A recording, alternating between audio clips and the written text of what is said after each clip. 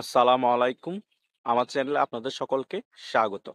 সকল জল্পনা কল্পনা শেষ করে ২৮ তারিখ কালকেই ছাত্রদের যে রাজনৈতিক মেইন সংগঠনটা আছে সেটা ডিক্লেয়ার করা হবে এবং সংগঠনের কি নাম হবে সেটাও জানানো হবে এবং সংগঠনের আহ্বায়ককে এবং সদস্য সচিবকে মোটামুটি সকলেই আপনারা জানেন, সেটা ওপেন সিক্রেট। এবং সংগঠন ঘোষণার আগে যে পূর্ব প্রস্তুতি থাকা প্রয়োজন সেটা তারা পূর্ব প্রস্তুতি নিয়ে ফেলেছে এবং মঞ্চ তৈরি করে ফেলেছে।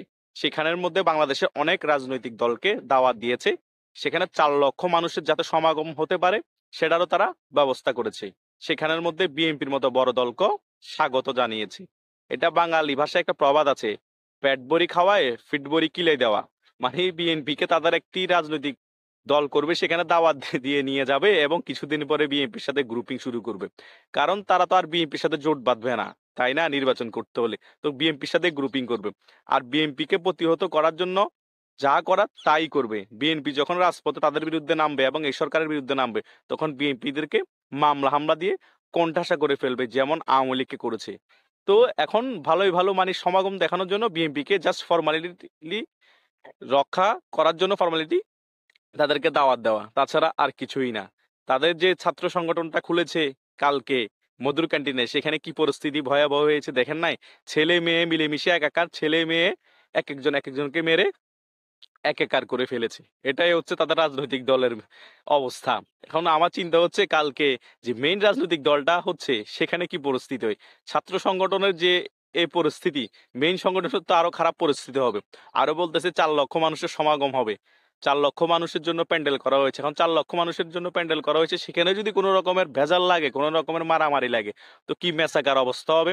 আর একটি রাজনৈতিক দল গঠন করবে, সেখানে কিন্তু ৪ লক্ষ মানুষের যদি সমাগম হয়েই থাকে, সেখানে ভালো প্রোটেকশনের ব্যবস্থা করা প্রয়োজন।